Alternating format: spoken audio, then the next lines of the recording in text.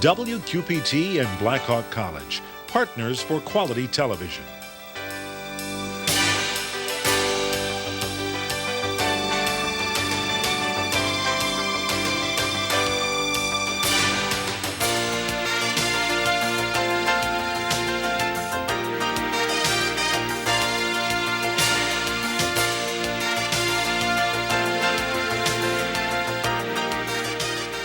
Thanks for joining us for this program celebrating 25 years of public television in the Quad Cities on WQPT.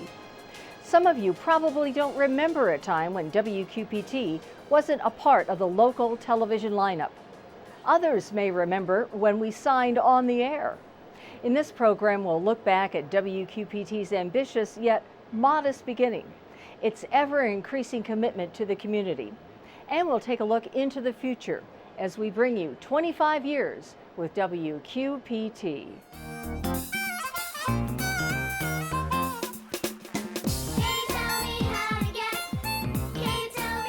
What is your favorite program on WQPT? PBS was founded in 1969. WQPT signed on the air in 1983. Generations have grown up watching public television. WQPT offers entertaining and educational programs for children, programs the entire family can watch, and programs that are not available on any other public TV station you're able to receive. But it took a long time to get here. WQPT evolved from a department at Blackhawk College when it was located at the old Moline High School. Dr. Robert White retired from Blackhawk College in 2000 after teaching speech and theater for 35 years. One day, the Dean of Technology dropped in on White and fellow Professor Bob Fletcher. And he says, I just got a thing from the state that they will give us money to buy television equipment and so on if we will produce tapes for them in technology. And he says, does anybody in here know anything about television? And Bob and I looked at each other and because something new, and Bob said, yeah. He says, Bob and I, we're pretty much experts in this area. And he had had a class, and I had had a class in college. That was apparently good enough for the dean. And he said also that if you want to develop a curriculum and have students take broadcast classes with it, you can do that, but that's just anything you want to do in addition to that is fine. So we talked about it, and we thought, you know, this sounds kind of interesting, kind of challenging, kind of fun. So I just took over the developing of the courses and the curriculum, and Bob took over the directing of the television situation. So they produced tapes on how to run milling machines and some tapes on electronics. And then as a sidelight, he produced tapes that were used on WOC and on Channel 4 as well. Like College Freshman, his Problems and Solutions, I remember was one of them. One time he and I rode around with police officers in Rock Island and filmed as they were apprehending. This was before it became popular on television, you know, the new cop shows. Then Fletcher and Don Decker, president of Iowa-Illinois Gas and Electric Company at the time, formed the Greater Quad Cities Telecommunication Corporation with an eye on starting up a PBS station. And do some shooting for the cable, which will run from over where that tractor is approximately where the new tower will be. So from the studio to the tower, we'll have to run cable. So I think we'll have our board get that cable laid out for us this morning. I have the blueprints and everything else in hand. They started working with Cox Cable and producing tapes, and I had a class that I had put together, and it was aired over Cox Cable, and people could take it at home then. The class, they could sign up to college and take the class at home. So there's some English class, literature classes, and some others that were put together. As far back as the mid-1970s, Fletcher preached to others the need for a local PBS station. The Quad City area was the largest area that was not serviced by a public television station at the time. Now, we were getting feed in from Iowa, public television, but none from Illinois. In the 80s, things started to happen. Bob flew to Washington, D.C., talked to PBS about licensing and so on. They explained to him all the ins and outs of that. He came back and wrote a grant. And this grant was sent in, and it was approved, but it required matching funds for what they would get. And so Cox Cable produced some matching funds so we could buy the dish to get the PBS broadcasting. They granted the license, and it was granted to the college then. And it was at that time one of only 3 community colleges in the country that had a broadcast license. First of all, I'd like to thank Black Hawk College and for the long years of support. I'd like to particularly thank Chancellor Puffer and my very good friend Dr. Laws for their years and years of work. And of course the staff who are all present today, including Don Bargeman, our chief engineer on the project, who's done such a wonderful job with that. The Friends organization is newly formed, and as you know, public broadcasting relies on Friends and relies very heavily. And I'm very, very pleased that that group is in place. Fletcher had a knack for getting updates about the progress of the station into the newspaper. A Friends of WQPT organization was formed well in advance of the station going on the air. Rick Best, WQPT's general manager since 1996, had not even watched public television until he left the Quad Cities for college. Well, then I came back to the Quad Cities after college, and then a few years after that started hearing about efforts to organize a public television station for the Quad Cities area, and came across a volunteer recruitment booth out at South Park Mall, and they were looking for volunteers to help with early fundraising efforts, and that's where I first signed up and got to know the people at WQPT. This is an exciting time for us. We think that this is the initial stage of bringing what we hope will be something new and different to the Quad Cities. And first of all, what we're going to bring here is public television for the 100,000 or so residents who can't now receive a signal. But even more important than that, we're bringing a really new and unique educational service here, where through a Convocom network, we will hook up with 3 other colleges in Western Illinois, Sangamon State, Western Illinois, and Bradley, and the other public television station in Western Illinois at Peoria, WTVP.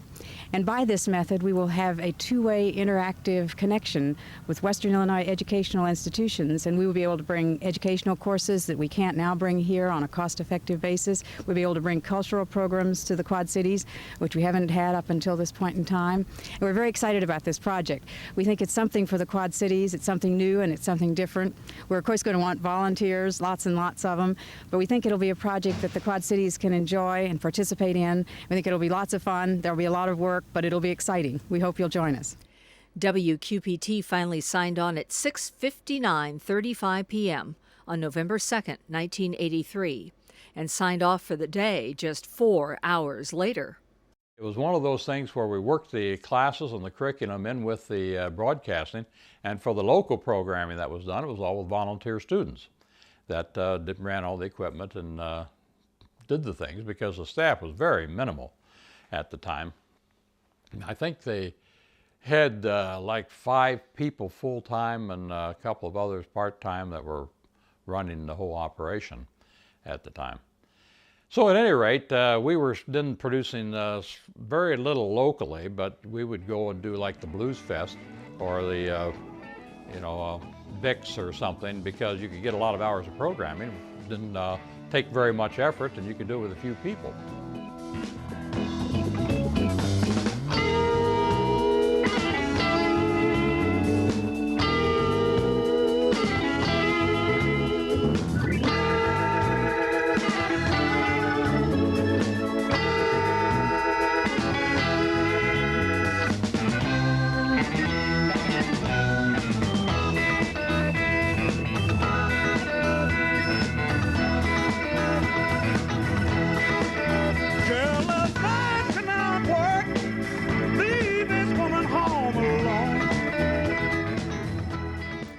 Development Officer Laura Adams was a student at Black Hawk who started volunteering for WQPT. And I remember once I was on the camera for probably, 4 or 5 hours, and the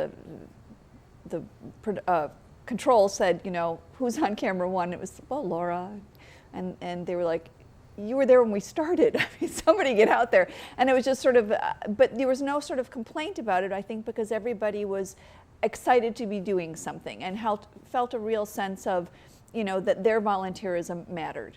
Before long, the student volunteer was on the air. There was a cooking show that was going on. It was called Dining In, and it took place down in Rock Island. and I forget the name of the restaurant. It was an Italian restaurant. And they'd done a couple of them. The chef was a very good chef. He just didn't like to talk. And so at that point in time, I guess I was kind of chatty Cathy, and they said, well, let's put her on. And so for the remaining 10 episodes or whatever, I was the co-host, which I've always found very interesting because they wouldn't let me touch any of the food. And I'll eat it. The whole thing? Sure. No, I'll share. I promise I'll share. But I really liked this one, but I kind of really liked that one and that one. But see, like this one, for example, you have to eat that with the melon, and then you have to, to scoop and take a piece of melon and the turkey and the raisins and all. WQPT is now on the air 17 hours a day. The federal requirement that TV stations convert to digital signals meant a major equipment overhaul. In addition to the installation of a new transmitter near our tower in Orion, new equipment had to be installed in the engineering area where the studio is located. And that meant we had to totally gut the engineering area and stay on the air at the same time, which was no small feat, I can assure you of that. It's sort of like totally gutting your kitchen, but still having to be able to cook at the same time. So we were able to keep our master control on the area while we totally gutted that engineering area, brought in all new equipment, which was acquired primarily through a state of Illinois grant that helped fund this digital transition for public television stations throughout the state. And that was quite a task. It was probably the largest task this station has ever undertaken in its history, was completely re-engineering our space downstairs and with all new equipment, all new digital equipment. WQPT has always emphasized its local programming. Perspective, a weekly interview program exploring local, regional, and national topics of interest, has hosted a wide variety of guests since debuting as a year-long program in October of 1989.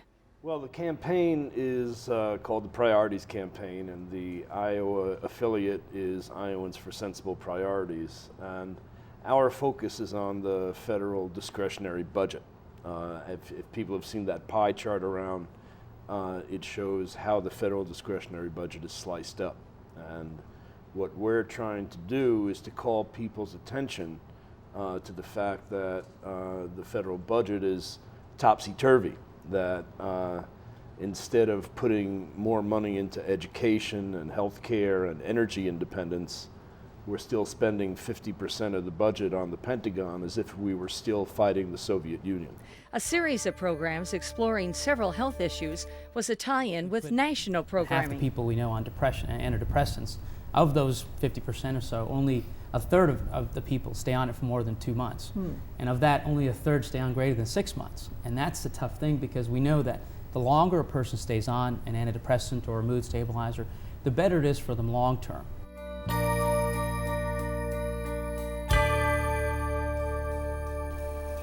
You were diagnosed, a little over a year ago, and you actually found the lump yourself? That's how it started?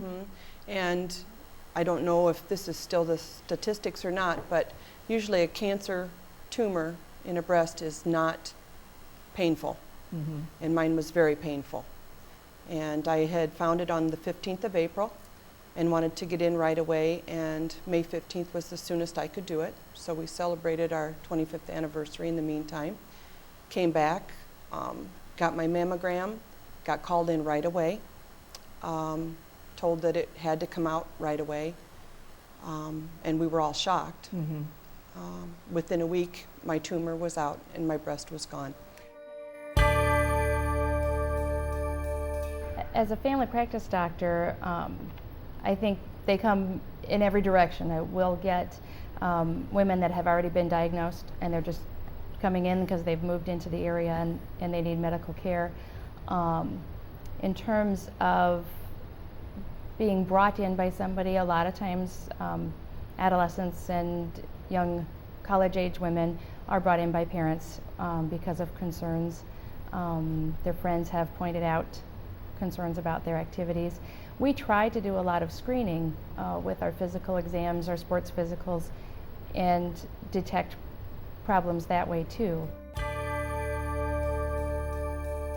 I've always exercised and taken pretty good care of myself.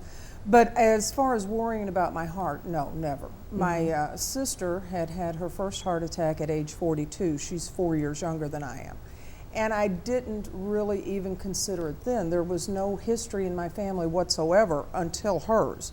None in the grandparents, aunts and uncles. There was no history at all. Then when my brother had his heart attack on December 19th in 2000,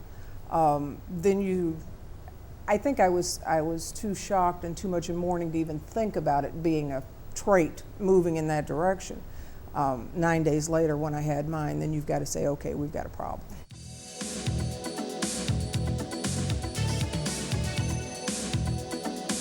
Hi, I'm Susie McBride, and this marks a somewhat momentous occasion here at WQPT, the debut of a brand new program. Life and Times will explore critical issues of the day through the emotional impact that these issues have on the individuals most directly affected. We'll also give you a chance to speak your mind about what's on it, pass along some information to help you fill your social calendar, and leave you with proof positive that pictures speak louder than words. Life and Times, the weekly magazine format program which debuted in November of 1993, went through a number of incarnations over the years. A muggy summer's day and a scene more reminiscent of a Norman Rockwell painting you'd be hard-pressed to find. You don't need a fishing pole to take a trip, though, back in time in this historic stretch of the Rock River. Are the rules designed to help people, or are the rules designed to keep people off the air so you don't have so much work to do? For thousands of Quad Cityans every year, Farm and Fleet is a plethora of economic opportunities. But here on Life and Times, it's a plethora of comedic opportunities. Looking for a shop vac today, sir? Yeah, we're looking for them. How's that, ma'am? That's about the way it sounds. After the place closes down, you guys are down here rolling these tires all through the store, aren't you? Yeah, we can stack them around people. Are these Michelin? Top of the line. Top of the line. For Life and Times, I'm Jonathan Dillon at Farm and Fleet.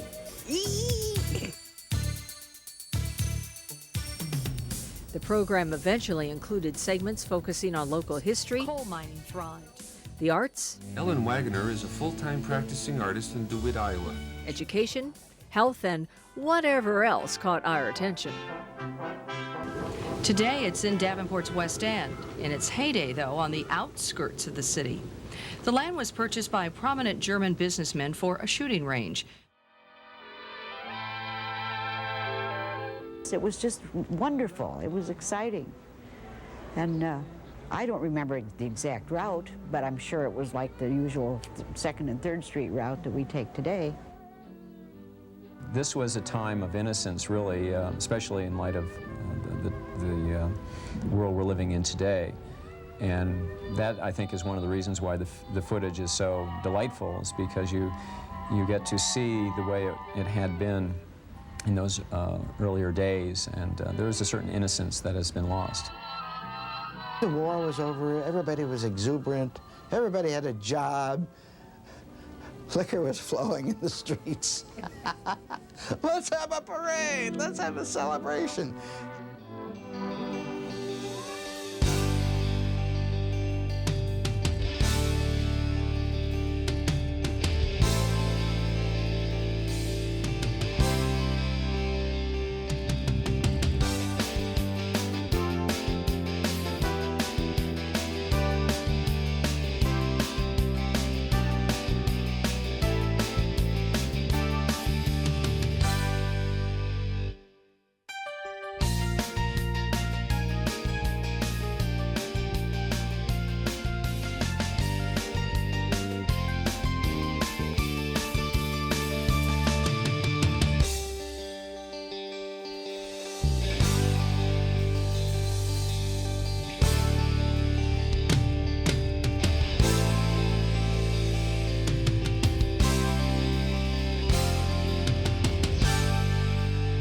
Mystic Seaport is building the Amistad in partnership with Amistad America, a not-for-profit educational foundation responsible for the long-term care and operation of the schooner.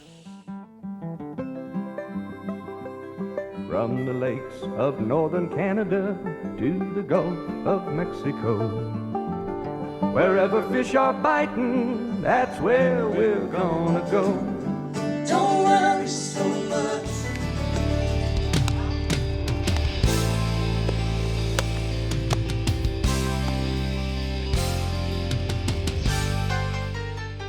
WQPT recently reintroduced a perennial favorite, a cooking show.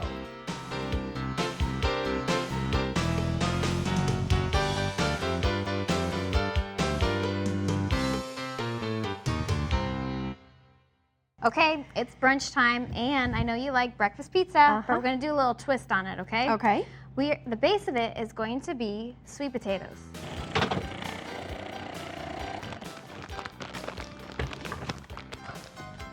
How's that? Perfect. The color. The You want to color. look for vegetables with color. Yes. Thank you for joining us on another recipe redo and making our recipes simple, healthy, and tasty. I'm Stacy Mitchell. And I'm Kathy Norgard.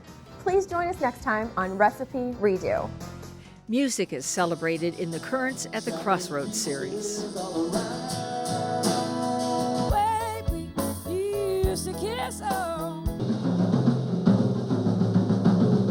Descending from the platform.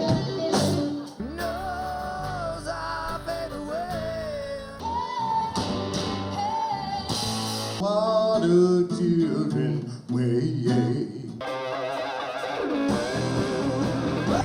On you, I won't say anything. Straighten up and fly right. Straighten up and stay right. Straighten up and fly right. Cool down, Papa, don't you blow your top.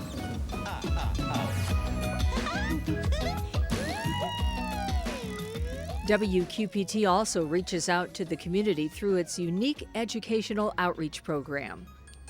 One of the primary missions of PBS stations is to help make kids ready to learn when they enter school. And with the help of businesses and foundations, we host workshops on appropriate TV viewing. We give away books to kids whose families can't afford them.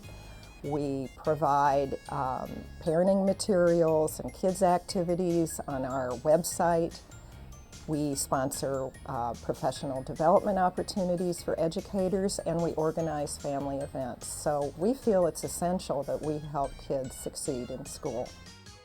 In the past, outreach assistant Al Hansen has conducted as many as 100 workshops a year.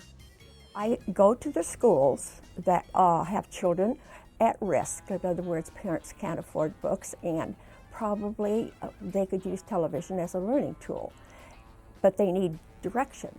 And then as far as my population, I do adult workshops for Hispanics. I do other workshops for educators, but mostly I'm interested in the children and my Hispanic population.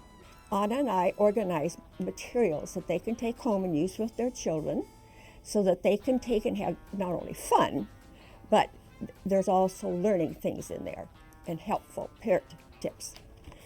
We think it's very important that we present books to every child that we visit and every parent, because reading is far more stimulating as far as the development of your learning than watching, because watching, it doesn't go in quite the same way. The connections are different.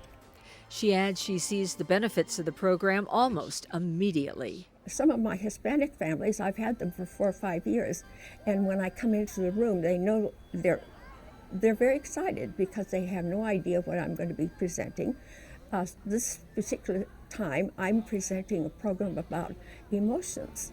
And not only that, how do we deal with emotions with children? And how do we take and deal with our own emotions? Because that's what your children are going to learn from. Every once in a while, we have to stop and pat ourselves on the back for the awards we have won. Spring morning, 18-year-old Lucy Marsh is in a bit of a haze herself. It's a time to set aside distractions to collect one's thoughts.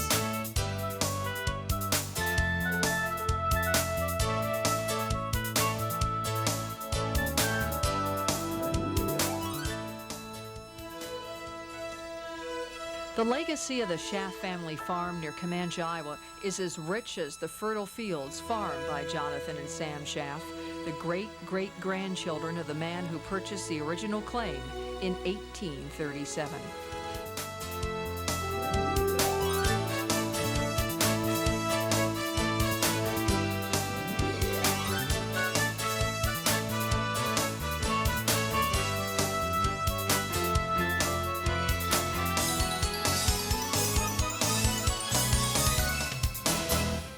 I'd like to visit the moon on a The staff of WQPT maintains that the station has contributed to the quality of life in the communities it serves. Well, obviously just having a public TV service in the area is of major importance because it brought public television programming to people who didn't necessarily have access to it. Particularly in the early years when cable was not nearly as common as it is now, there were a lot of folks who just did not receive a public television signal from any other source until WQPT came along. So that in itself was a huge addition to the culture and arts of the Quad Cities, just to have access to a public TV station. I think that it has, by virtue of having a local public television station, so many other of the nonprofits, arts organizations, our politicians have had a forum and a place to go for what they're doing to be seen. Otherwise, you know, so many things we've done with the Figgy and River Music Experience, and back in the day when we used to do the Mississippi Valley Blues Festival, all of those things would not, those concerts, events, would not have been seen by a wide variety of folks, except for the fact that we taped them. Despite some serious budget tightening, Adams says the station is still fulfilling its mission and its commitment to the community.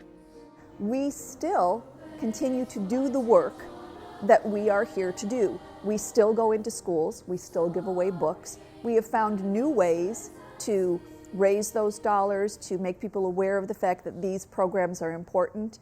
And I believe that'll be the same case with our local programming. We've changed our programming model, and it's turned out to be a good thing in terms of allowing people far more opportunity to see way more public broadcasting, giving them a lot more choices, and we may be changing what we do, but I'm a person who believes that the only thing that is constant in life is change.